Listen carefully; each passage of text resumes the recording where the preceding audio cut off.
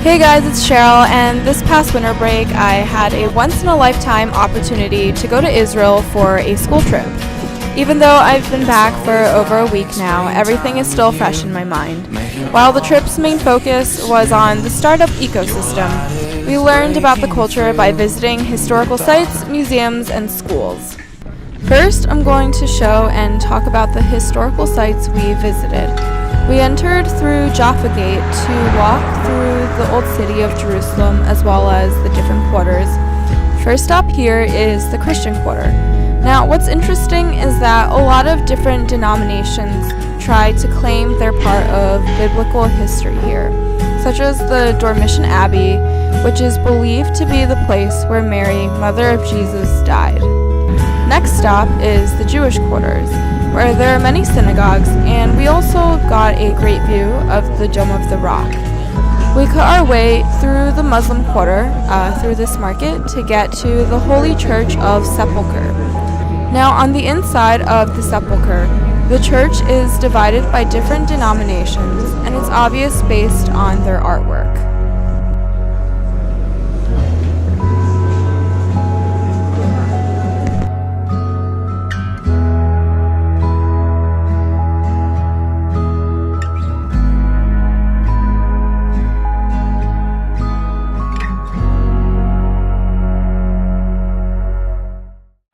We also made many stops on this trip to a popular open market called Machane Yehuda. Here you can get your fix of Mediterranean cuisine or other ethnic cuisines like Italian or British. It gets crowded around here on Friday afternoons as people are getting ready for Shabbat. But on this particular day, it wasn't as crowded, and I got my 5 shekel donuts from Marzipan Bakery. You do the shekel to dollar conversion, but it's a sweet deal. Right, you see there's a kid. Yes, they were a wandering tribe that lived in the desert. During the first weekend here, some of us took a day trip to Masada and the Dead Sea. We first stopped at Ava, an Israeli skincare company that markets their products as having ingredients from the Dead Sea that'll help your skin. As fascinating as it was learning about everything, the products were really expensive. We finally pulled up to the bottom of Masada and took a cable car 2,000 feet up to get to the ruins. The story of Masada is that it was where Herod had one of his palaces during the Jewish revolt around the late 1st century. The Jewish escaped here until they could no longer hide from the Romans. Wishing to not be taken captive, the Jews killed themselves there, and when the Romans saw that everyone was dead, the Romans were actually admired their bravery. If you look carefully, there's a black line drawn on the stones, and it indicates the original parts of Masada from the reconstruction.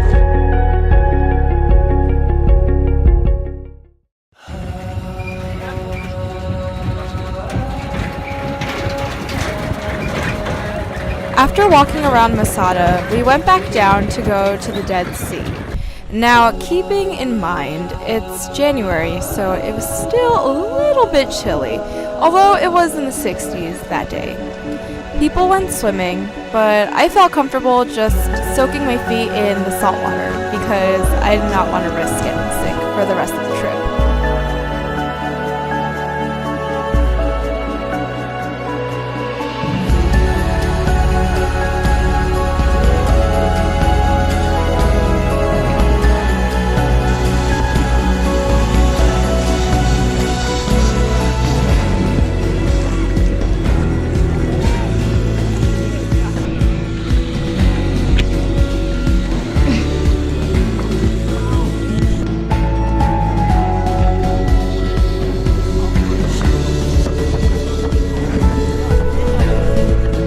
Speaking of bodies of water, we also saw the roaring waves of the Mediterranean Sea in Tel Aviv.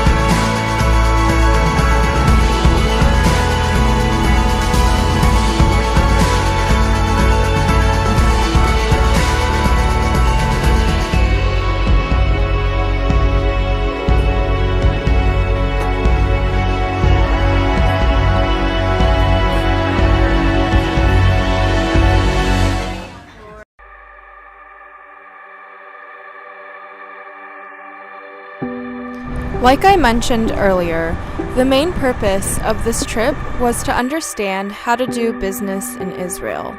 And of course, we learned about that.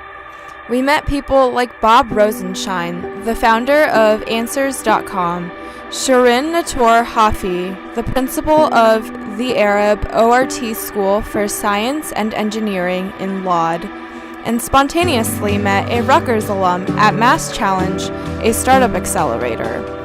We visited Israeli companies like Checkpoint, where they invented the firewall, SodaStream, where they're trying to uproot the beverage industry, Biosense Webster, a medical device subsidiary of Johnson & Johnson, and we went to multinationals like TD Bank and Verizon, where these companies work with local startups to find solutions for their products and services. We went to schools like the Amit GOGYA Learning Center for Educational Innovation, where they teach teachers how to incorporate creativity into their curriculum, and the Rimon School of Music, where they're using technological tools like programming to enhance music production. We also visited Tech Career, a social program aimed to assist Ethiopian Israelis in finding jobs in tech. We saw the past, present, and future collide at the Paris Center for Peace and Innovation. This building shares the vision that former President and Prime Minister Shimon Peres had of Israel. A big thanks to Professor's friend Ron at the Ministry of Foreign Affairs for helping us get in before the place opened to the public. We also went to the Technion, which is the MIT of Israel, and watched this really awesome video in their visitor center about Israeli innovation. Technion researchers are hard at work, exploring the infinite world of computers, turning Technion into the cradle of Israeli high-tech. There were also many other places that we went to and people that we talked to that I didn't get to film, either because I was too in the moment or simply because I forgot my camera. One thing that I didn't get to film because it wasn't allowed, but will always remember, is Yad Vashem, Israel's Holocaust Memorial Museum. The Holocaust and other genocides are so important to remember because we see how too many world leaders chose to sit back as millions of people were being slaughtered. Unfortunately, even after 70 years later, the mass killing of people for their ethnicity or their religion has not stopped, and once again, our world leaders aren't doing anything about it because of political and business ties. Let's not be bystanders who just sit around and wait for nothing to happen, but let's be people armed with love and truth, ready to take a stand against the forces